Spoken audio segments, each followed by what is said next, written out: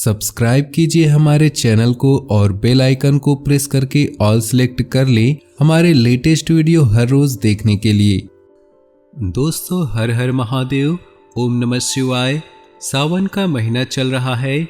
ऐसे में कोई भगवान भोलेनाथ को खुश करना चाहता है। हर किसी की इच्छा होती है कि वो सावन में भोलेनाथ को खुश करके अपनी सभी इच्छाएं और मनोकामनाएं पूरी कर ले।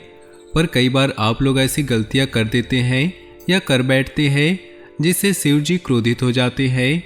और ये बात तो आप जानते हैं कि भोलेनाथ यदि भोले हैं, उनका क्रोध भी अत्यंत विनाशकारी होता है। इसलिए अगर आपके घर में किसी ने व्रत रखा है या आप सावन को पूरे विधि विधान से पूरा करना चाहते हैं, तो आज की इस वीडियो में जो बातें बताई गई है उसे ध्यान से उनको ध्यानपूर्वक सुनकर समझ ले। दोस्तों, सावन में ऐसे कई काम होते हैं जिनको करना वर्जित माना जाता है। दोस्तों, यदि भोले बाबा की कृपा प्राप्त हो जाए तो काल भी आपका कुछ नहीं बिगाड़ पाएगा, क्योंकि कालों के काल भी है महादेव। अगर आप भी महादेव की कृपा पाना चाहते हैं तो सच्चे दिल से कमेंट बॉक्स में लिखे हर हर महादेव, ओम नमः शिवाय और एक लाइक जरूर कर दे। दोस्तों, सावन सोमवार व्रत में क्या खाएं क्या नहीं खाएं, कौन सी गलती नहीं करनी चाहिए, पति पत्नी को दूरी क्यों बनानी चाहिए, कौन से रंग के कपड़े नहीं पहनने चाहिए, ऐसी कौन सी गलतियां हैं जिसे सावन के दौरान हमें भूल कर भी नहीं करनी चाहिए। साथ ही सावन के इस पवित्र महीने में कितने सोमवार पड़ेंगे और सावन की समाप्ति कब है, आइए जानते हैं इस वीडियो में। दोस्तों, सावन का महीना कोई मामूली महीना नहीं होता है। ये महीना एक ऐसे प्रेम की सौगात लेकर आता है जो कि भक्तों को बड़ी बेसब्री से इंतजार रहता है। सावन का महीना इतना पवित्र होता है जिसका आप अंदाजा भी नहीं लगा सकते। सावन का सोमवार भारत में तो मनाया ही जाता है, लेकिन क्या आप जानते हैं विदेशों में भी सावन का पवित्र महीना बहुत ही जोरों शोरों के साथ और खुशी के साथ मनाया जाता है। वैज्ञानिक मानते हैं कि सावन में प्रकृति आपस में बात करते हैं, हरियाली की उत्पत्ति होती है और नए नए बीज उगते हैं। इस मौसम में हरियाली साथ महादेव का स्वागत करते हैं और महादेव से बातें करते हैं। आपको बता दें, शास्त्रों में सावन सोमवार का व्रत जो भी महिला या पुरुष करते हैं तो वो व्यक्ति भगवान भोलेनाथ का सर्वाधिक प्रिय हो जाता है। ऐसे व्यक्ति को भगवान भोले बाबा अपने शरण में ले लेते हैं। दोस्तों, में सावन में कांवड़ यात्रा का क्या कहना। शास्त्रों में माना जाता है कि सबसे पहले कांवड़ यात्रा भगवान परशुराम ने भगवान शिव के समर्पित अपने कांधे पर उठाई थी और तभी से भगवान शिव को प्रसन्न करने के लिए कांवड़ यात्रा की जाती है। लेकिन दोस्तों, क्या आप जानते हैं सावन में ऐसे 10 नियम हैं जिसे जानना आपके लिए बहुत आवश्यक है। अगर आप इन नियमों का पालन अपने जीवन में नहीं करते हैं तो आपको भगवान शिव के क्रोध का सामना करना पड़ सकता है। आपको गरीबी, निर्धनता, आपका पूरा परिवार गरीबी, निर्धनता और बर्बादी का सामना करना पड़ सकता है। दोस्तों, आज की वीडियो बहुत ही सुंदर है। वीडियो को अंत तक जरूर देखें, क्योंकि अधूरा ज्ञान खतरनाक साबित होता है। इसलिए वीडियो को पूरा अंत तक जरूर देखें और नीचे दिए कमेंट बॉक्स में लिखे हर हर महादेव, ओम नमः शिवाय। वीडियो को लाइक जरूर करें। दोस्तों, सबसे पहले जानते हैं सावन सोमवार व्रत की तारीख। पहले सोमवार का व्रत 10 जुलाई, दूसरे सोमवार का व्रत 17 जुलाई, तीसरे सोमवार का व्रत 24 जुलाई, चौथा सोमवार व्रत 31 जुलाई, पांचवा व्रत 7 अगस्त, छठवां सोमवार व्रत 14 अगस्त, सातवां सोमवार व्रत 21 अगस्त और आठवां सोमवार व्रत 28 अगस्त को रखा जाएगा। दोस्तों, अब जान लेते हैं सावन सोमवार व्रत में क्या खाना चाहिए, क्या नहीं खाना चाहिए। अगर आपने सावन सोमवार का व्रत रखा है तो इस दिन आप सात्विक भोजन ही करें। यह निर्जला व्रत नहीं होता, इसलिए इस व्रत में सेंधा नमक से बनी चीजें आप खा सकते हैं। अगर आपने फल खाने पर संकल्प लिया है तो नमक भूलकर भी ना खाएं। अगर आप फल वगैरह ही खाएं और कुछ मत खाना। व्रत में बाहर के गन्ने का जूस मत पीना, बाहर के जूस ना पीना। उनके बर्तनों में नमक पड़ा होता है, अगर वो नमक आपके मुंह तक जाएगा तो आपका व्रत खंडित हो जाएगा। व्रत में डब्बा बंद जूस नहीं पीना चाहिए, उसमें कई केमिकल होते हैं जिससे व्रत टूट जाता है। दोस्तों, सावन में कई बार शुक्रवार का दिन पड़ जाता है तो खट्टा भूलकर भी मत खाना, क्योंकि माता संतोषी इस अवस्था में जागृत हो जाती हैं, वो रुष्ट हो जाएंगी। इस दिन आप पानी पूरी, इमली की चटनी वगैरह वगैरह जाने अनजाने में मत खाना, क्योंकि इससे माता संतोषी क्रोधित हो जाएंगी। एक बार माता संतोषी रुष्ट हो गई तो आपको जिंदगी भर रुष्ट होना पड़ेगा। माता रानी भोली है, परंतु जो भी सावन के महीने में जो भी खट्टा खाता है उसको माता रानी के क्रोध का सामना करना पड़ता ही है। सावन में साधारण नमक फलों पर लगा करके या अमरूद के बीच में भरकर भूलकर भी नहीं खाना चाहिए। आप सेंधा नमक फलों पर लगाकर खा सकते हैं। सावन के व्रत में चाय आप पी सकते हैं, लेकिन चाय में आप नमक मत डालना, इससे हड्डियां गल जाती है। सावन के व्रत में दूध नहीं पीना चाहिए, इससे भगवान शिव क्रोधित हो जाते हैं। सावन में हल्दी मिलाकर दूध पीने से भयंकर श्राप लगता है। सावन में बच्चों को दूध पी लेना चाहिए और घर में बड़ों को दूध नहीं पीना चाहिए। यदि सावन का व्रत अगर आपने मीठा रखा है तो आप खीर पराठा या दही पराठा खा सकते हैं। आप चाहे तो आप सेंधा नमक से बने आलू के पकवान खा सकते हैं। आलू की सब्जी। व्रतधारी को सावन सोमवार के व्रत में आटा, बेसन, मैदा, फल और अनाज का सेवन नहीं करना चाहिए। इसके अलावा अन्य किसी भी व्यक्ति को मांस, मदिरा, लहसुन, प्याज का भी सेवन नहीं करना चाहिए। वहीं व्रत रखने वाले व्यक्ति को धनिया पाउडर, मिर्ची पाउडर, सादा नमक का सेवन भूलकर भी नहीं करना चाहिए। सावन में चाहे आपका व्रत हो या ना हो, किसी भी व्यक्ति को कड़ी पकौड़ा नहीं खाना चाहिए। और वहीं पत्तेदार सब्जियां, पालक, मेथी, लाल भाजी, बथुआ, पत्ता गोभी जैसी सब्जियां या साग सब्जियां भी भूलकर नहीं खाना चाहिए। ये जहर के समान मानी जाती है, इनमें कीड़े आ जाते हैं। और जो भी व्यक्ति सावन में बैगन की सब्जी खाता है उस व्यक्ति को घोर पाप लग जाता है। इसीलिए लोग द्वादशी और चतुर्दशी पर बैगन नहीं खाते।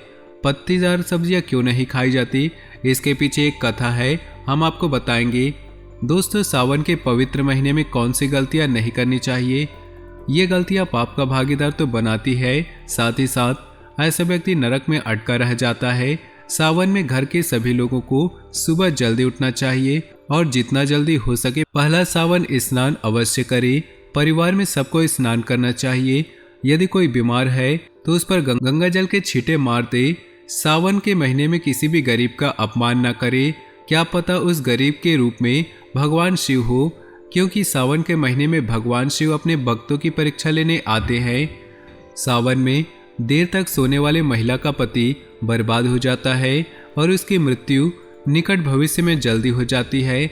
इसलिए पति के उठने से पहले सावन में हर स्त्री को जल्दी उठ जाना चाहिए और भगवान शिव की पूजा करनी चाहिए। सोमवार व्रत आपको अवश्य करनी चाहिए। ऐसा करने से धनलक्ष्मी का वास घर में होता है। सावन में पति पत्नी को सहवास नहीं करना चाहिए।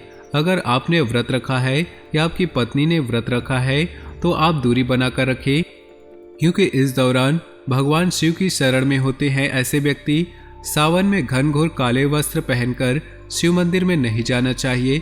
चाहे तो आप घर में काले वस्त्र पहन सकते हैं, लेकिन मंदिर में भूलकर मत जाना। न ही व्रत में काले वस्त्र पहनने चाहिए। वैसे तो सावन में लहसुन, प्याज नहीं खाना चाहिए, परंतु यदि आपका व्रत है तो उस दिन पूरे परिवार को लहसुन, प्याज से परहेज करना चाहिए। सावन के महीने में घर में गंदगी नहीं होना चाहिए, इससे प्रकृति नाराज हो जाती है। सावन में आपका जो घर का मंदिर है उसमें माचिस की खाली पड़े डिब्बे या माचिस नहीं रखना चाहिए। सावन में घर में किसी भी व्यक्ति को गाली नहीं देना चाहिए, चुगली नहीं करना चाहिए, पत्नी को अपशब्द नहीं करने चाहिए, इससे भगवान शिव आपको श्राप दे देते हैं। सावन में जो व्यक्ति दूध में हल्दी डालकर पीता है उस पर महाकाल का क्रोध बरसता है। सावन में बाल, नाखून, दाढ़ी वगैरह वगैरह नहीं बनाना चाहिए। ये सब आपको पहले करना चाहिए। अगर कोई समस्या है तो आप कर सकते हैं, परंतु शिव जी से क्षमा अवश्य मांग ले। सावन में शरीर पर तेल नहीं लगाना चाहिए। अगर आपका व्रत है तो आप शरीर पर तेल ना लगाएं।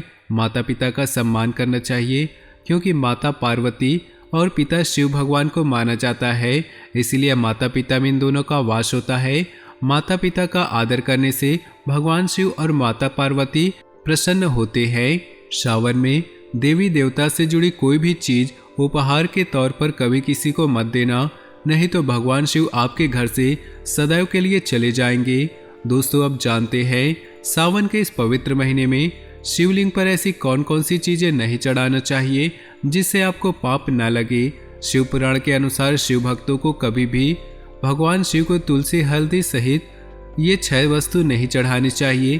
पौराणिक कथा के अनुसार केतकी के फूल ने ब्रह्मा जी के झूठ में साथ दिया था, जिससे नाराज होकर भगवान भोलेनाथ ने केतकी के फूल को श्राप दिया। इसीलिए केतकी का फूल शिवलिंग पर नहीं चढ़ाया जाता और वही नारियल का पानी भी शिवलिंग पर कभी भी अर्पित नहीं करना चाहिए। शंख से जल भी भगवान भोलेनाथ को नहीं चढ़ाना चाहिए। शास्त्रों के अनुसार सुबह 5 बजे से लेकर सुबह 11 बजे तक शिवलिंग पर जल चढ़ाना बहुत ही शुभ और अत्यंत ही मंगलकारी होता है।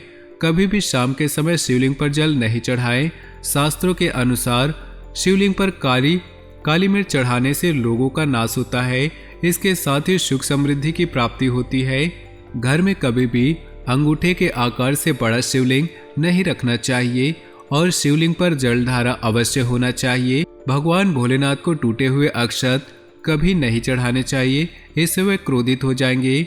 सावन के महीने पर कटे फटे बेलपत्र शिवलिंग पर अर्पित नहीं होने चाहिए।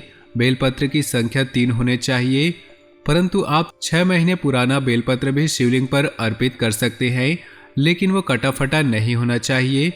6 महीने तक बेलपत्र 6 महीने तक शुद्ध माना जाता है। सच्चे दिल से बेलपत्र शिवलिंग पर चढ़ाने से 21 मनोकामनाएं पूर्ण हो जाती है। भगवान शिव को दूध में पानी डालकर नहीं अर्पित करना चाहिए, इससे आपको फल भी आपको इसी तरह मिलेगा।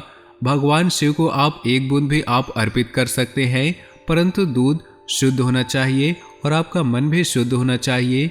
शास्त्रों के अनुसार पीतल के कलश से शिवलिंग पर दूध चढ़ाना सबसे उत्तम बताया गया है। धार्मिक कर्मकांड में पीतल के बर्तनों का विशेष महत्व बताया गया है। विवाह आदि के कार्यों में इसलिए पीतल के बर्तनों का उपयोग किया जाता है। आपको बता दें, सोमवार को पीतल के कलश से ही शिवलिंग पर दूध से अभिषेक शुभ बताया गया है। स्टील और प्लास्टिक से बने बर्तनों का प्रयोग न करें।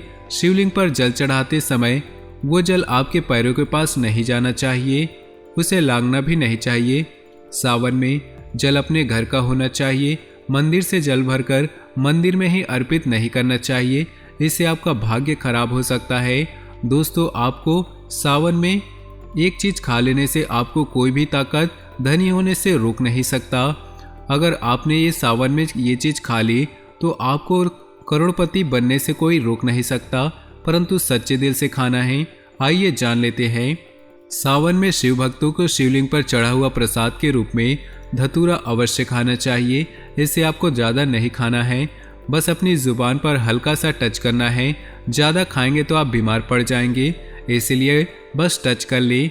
देखना आपके अंदर सकारात्मकता का संचार होगा और आपको धनी होने से कोई रोक नहीं पाएगा। दूसरा है बेलफल। बेलफल प्रसाद के रूप में खाने से माता पार्वती के साथ साथ भगवान शिव की कृपा भी बरसेगी। समस्त देवी देवता आपको धनवान बनाएगी। आपको धनी होने से दुनिया की कोई ताकत रोक नहीं पाएगी। दोस्तों, अगर आप पर भोले बाबा की कृपा हो जाए तो काल भी आपका कुछ नहीं बिगाड़ सकता। कमेंट बॉक्स में लिखे हर हर महादेव, ओम नमः शिवाय। साथ ही वीडियो को लाइक जरूर करें। आपका दिन शुभ हो, मंगलमय हो।